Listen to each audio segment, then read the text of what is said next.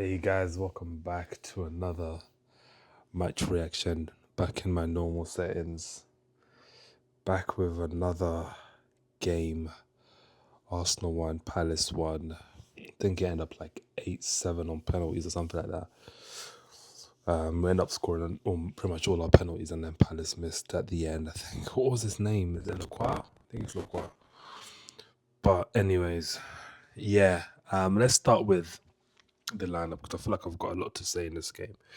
Let's start with the lineup. This is where we become unstuck again, guys, because I've kind of I'll sound like a broken record repeating a lot of what I'm about to say now.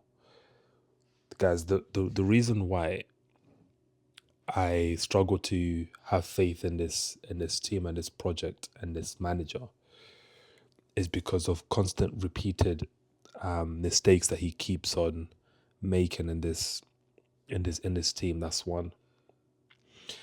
And two, his persistence with certain players and playing with this ideology and this mindset of I don't want to lose, so I'm gonna preserve as much of the game as I possibly can by playing as many risk averse players as I possibly can, is the reason why we've become unstuck pretty much every single season up until now, up until the 23rd of December 2025. There's still this season still has an asterisk, and at the end of at the end of next season, May, do not be surprised when the season looks something like this: second place finish, semi-final, quarter-final of the FA Cup, quarter-finals of the Champions League, and we're sitting here looking at ourselves thinking, where do we go from here? When in reality, this manager has shown you constantly, time and time and time and time again, that he just doesn't, you can't teach a dog new tricks. So now, this lineup, right? So the back four to the goalkeeper, fine. It's a Crystal Palace home game, cup quarters. You don't really need to be putting your full back four out, even though. But to be honest with you, no issue with that. Now, issue number one, Marino in the midfield, guys. I feel like there's even some mutant in the comment in one of my other comments was talking about when I was slating Marino, guys. I don't know if I'm watching this game like I'm Stevie Wonder. The issue is two things with Marino. One, we shouldn't have never signed Marino in the first place, really, because we signed him as a midfielder, and the quality he actually brings to midfield is very, very minimal. Like, he doesn't do anything in that midfield that is groundbreaking. Like, we don't miss anything when we take him out of that midfield, and we don't gain much when we put him in that midfield. So we buying him was actually just a net negative. Last season he stumbled upon, well, not stumbled really, he was forced into, because Havertz and Jesus were injured, into playing Marino as a centre forward. Maybe he knew something that we didn't, and he just somehow just ended up playing that against Leicester. I think it was Leicester, where he bagged a brace. And ever since then, Marino has been playing as like a makeshift centre forward here and there, and he's kind of started to develop into that role, and that's where he should play. The issue number one is him playing in that midfield. The issue number two is this manager sees this Marino as a 10. Now this is now a worry, because now in his eyes, it's Nordgaard as the 6, Eze as the 2, as his first 10, and Marino as the second 10 in his eyes. But in reality, Marino is a 6. So you're essentially playing 2 6s and 1 10 in Eze. So the problem is that you're too pragmatic in a game against Palace, who are we were at home, by the way. A very fatigued and tired Palace, as you saw in that first half. They just lost, I think, 4-1 to Leeds on Sunday, I believe.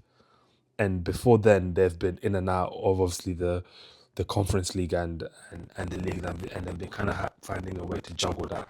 That Crystal Palace team in that first half were tired as hell. So you put some makeshift midfield, not even a makeshift midfield. That midfield doesn't make sense, and he has this um idea of how he wants this midfield to work, and it just doesn't work. And it's very similar to how we play in as our first team midfield with Odegaard, Rice, and Zubamendi. Guys, I've said it before in the previous match reaction. I've said it again. That midfield doesn't work because it's not balanced enough in terms of attacking wise. It's balanced in a sense that we gain control in terms of keeping hold of the ball. But when it's time to actually move that ball beyond the halfway line, it becomes very, very U-shaped way. So what I mean by that is you have the sitter in the middle. In this instance, we say it's Norgard, and the ball just moves across that pivot of into a U, across to Saka, back to Odegaard, into Norgard, into Eze, into Martinelli, and it just continuously pivots, and we just keep shifting that U shape up until the point where the ball just needs to float into the back post, and sometimes that's how we get our goals. The issue is that in that first half we just don't we're just not potent in front of goal. Like, guys, do not get it twisted. We had a lot of chances in that first half, but how many of them can you genuinely count that were on target? It was only the Jesus chance, the two Noni ones that I can spring to my head that were actually on target. Keyword on target. We had chances. Sorry, we had attempts at goal, but the majority of them were going way over the bar and not troubling the keeper. The first chance lands in like the first 2 minutes, and Noni, no composure whatsoever. Noni has mastered this art of looking busy and doing nothing in pretty much most of his games. Like, his end product, and I've said it in previous reactions as well, and he's played well, his end product is woeful. And I had this suspicion about this guy when he was at Chelsea, and he's doing the same thing he's doing here at Arsenal. The difference is that at Arsenal, you're just going to get hyped up for doing absolutely mediocre things. Like, Noni's productivity is a shambles. It's an absolute shambles, because every time he gets into that final third and he either has to cross that ball into the back post or cross that ball into the danger zone, or cross that ball into key areas of the pitch, it doesn't hit anyone. And the issue is with this is that it seems that he's the only one where it looks like it's going to do anything. I know Martinelli had a decent game, but Noni's the only one that gets into dangerous zones and then completely shatters his end product. Like, guys, like, every time he crosses the ball, it doesn't go anywhere. Like, either he underhits it, overhits it, or just completely misses the whole target. Like, that first chance he had, like, if the ball has landed on your strong foot, and he has a funny way of dribbling. But anyways, the ball lands on your strong foot. He had enough time to take a touch, get the ball out of his feet, and he still managed to hit the keeper. And not even hit the keeper. The ball you didn't even create any lift. Like, what was that? Like, he just passed it to the goalkeeper. That's almost like one of those ones where the ball goes off to the centre back and he just needs to pass it back to the keeper and the keeper collects it. That's what that looked like. It's like, where's the conviction in that shot? And he had the same thing around like 10, 20 minutes after. And I know which one I know you know which one I'm talking about, where he takes a touch, He sets himself. He even, what's that replay again? He even looks at the goalkeeper. He looks at the goalkeeper and he still manages to hit the keeper. He still manages to get it straight at the goalkeeper. You have a whole goal to aim at. You could have taken a touch, dribbled a little bit, set yourself, and then take the shot, and he still hit the keeper. Like, guys, Noni is shit. Like, let's just keep it above. Like, I'm trying to tell you guys, yeah, like Noni does a lot of nothing. Honestly, guys, take 10 minutes just to watch him on that right side. A lot of his play is just nothing. It amounts to nothing. He runs past his man, his fullback, and then the cross either goes up for a throw in, keeper collects it, or goes up for a goal kick. It literally, his productivity is low. I don't know what the data is, but my eyes cannot be lying to me, bro. Like, his productivity is genuinely bad. Like, yeah. Anyways, back to that midfield. Yeah, that midfield is awful. The balance of that midfield is nowhere near good enough. You're home against Palace, a very makeshift Palace side, and you're playing that pragmatic way with essentially 2 6s and 110. And his persistence with two things: his persistence with Marino in that midfield. I've said it time and time again. I've said it in my match reaction since I've done this YouTube channel, and I was saying it last season with my mates. Marino should not be in that midfield. He's just not dynamic enough. He's a very technical player in terms of how he's able to get the ball and actually play. And when you give Marino time, and to be fair, most footballers, if you give them time, but in this context, Marino, because if you saw in that first half, he played a nice pass in between the lines to, I believe it was Jesus. I can't remember who it was, but he played a nice ball into Jesus. But a lot of his general play in midfield is very sluggish. Like, it's very, very slow, and it slows down our whole build up. And this is where I keep saying the reason why our build up looks slow is because he keeps partnering this midfield completely the opposite way, because midfield and defense as well is all about partnership. It's all about synergy. You're playing a player like Eze, who was crap. Let's be real, he wasn't great. Eze is a two-touch player. He plays well when he's feeding off someone else. He wants those kind of close link ups, and Marino is good in that sense. But the issue is that if the ball needs to land perfectly to Marino, yeah, for that ball to get back to Eze, Marino can't sort his feet out quick enough for these 1-2s. So when Eze is floating around in those little tight spaces, and he's playing that pass into Marino, and Marino's there dilly-dallying, doing Spanish salsa with the ball, and then somehow he loses and then falls over. The build-up cracks. There's a few times he done that. Eze wasn't great, but Eze is a two-touch player. So Eze, for me, works a lot better if we have someone like Odegaard there, because Odegaard can do that two-touch. Odegaard is not a 10, and I agree on that, and I don't think he ever has been a 10. But he's a roamer. He likes to roam.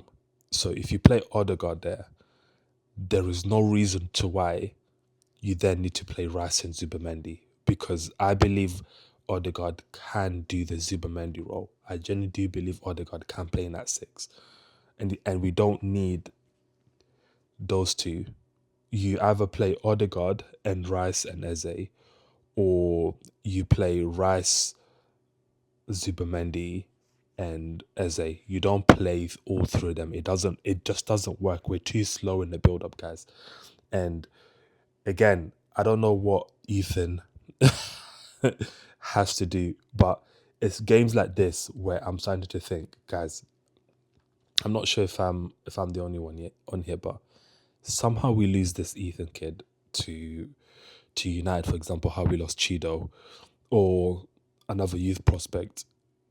Hell will break loose, because there's one thing that this fan base will not stand for is losing a player like Ethan to a Premier League club, because Ethan will go to another Premier League club and he'll develop, because you're having games like Crystal Palace where he's not even coming on, let alone starting the game. You're 1-0 up.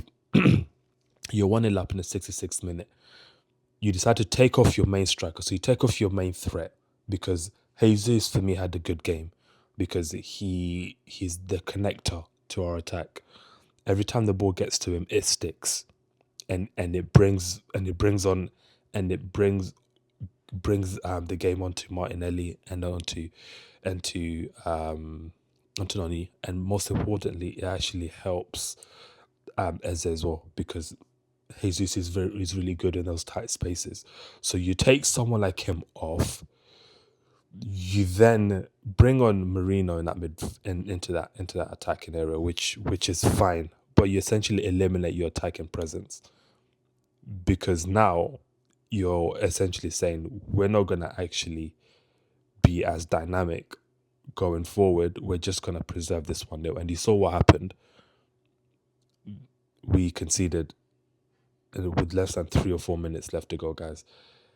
This is gonna be a consistent pattern we're gonna see with this manager, and our attacking build up is gonna suffer as a result, because in his head, Marino's a 10, and in his head he sees this display of how we play as good enough to go forward and win this league. Guys, I want us to win the league. I want us to go on and win the league, and I believe there's a chance of us winning the league. But if we keep persisting with this sluggish football, we're going to fall short again, and this time it's gonna hurt even more, because you're top at Christmas. City are nowhere near as fearful as they were when they nabbed us, when we lost like 4-1 to them at the Etihad. They're not that team that won the treble. This is a team that can be beaten by anyone at any given day, and we're playing football that doesn't even resemble anything of a championship winning team. Like I said in that first half, don't get it twisted. We had attempts at goal, but the actual chances we had were like 3, and we messed up each and every single one of those chances. Like, Noni is in front of goal, pick a corner, you essentially pass it to the goalkeeper. He had another chance. He took a touch, set himself, and he still hit the goalkeeper. Jesus' chance is the only one that I can look at and be like, okay, that one was a difficult one. He's kind of leaning back a little bit and he just connected with the ball. Fair dues. But yeah, I feel like I rumble on, but I feel like this manager is on borrowed time, guys. And it's now or never. You gotta bring something, because I don't think I can do another season of watching this and just believing, because I need something to believe in. And this Carabao Cup is an opportunity for us to do that, because the Carabao Cup the finals is in around March. So if you can get to that final, I think we've got a chance against Chelsea. You win that, you set a good morale around this team, because before you can even think about winning things like the Premier League, the champs, and all these things, you need to win these smaller trophies. Not small trophies. You need to win these like appetizers, these starters first. You need to have your starters before you can have your mains. And our starters now is the Carabao Cup. You need to finish that starter.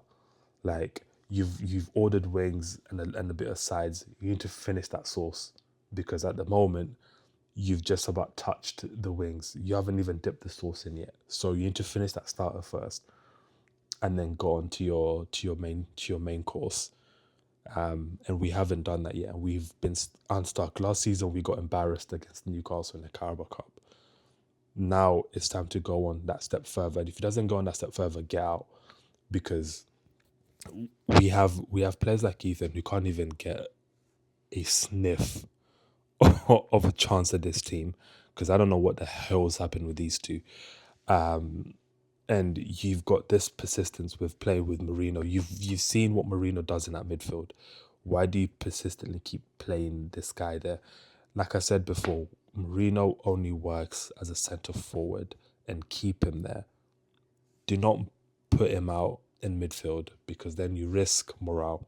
Because if you play shit, morale goes low, and then you don't. Yeah, and then you have a very unconfident player. Norgard nonetheless had a very good game. I was quite critical of him against I think it was Club Brugge. He had a very good game in that midfield. Very, very good game. Eze wasn't great. Jesus was good. Noni, I'm not even a big fan of Noni like that. But he just looks busy. He does a lot of nothing, if I'm being brutally honest. The back four, I thought Skelly had a good game. Skelly, I've always said Skelly can play in that half space. I don't think we'll ever see him there. I think he's kind of cemented his place as a left back. But yeah, one on penalties, bring on Chelsea.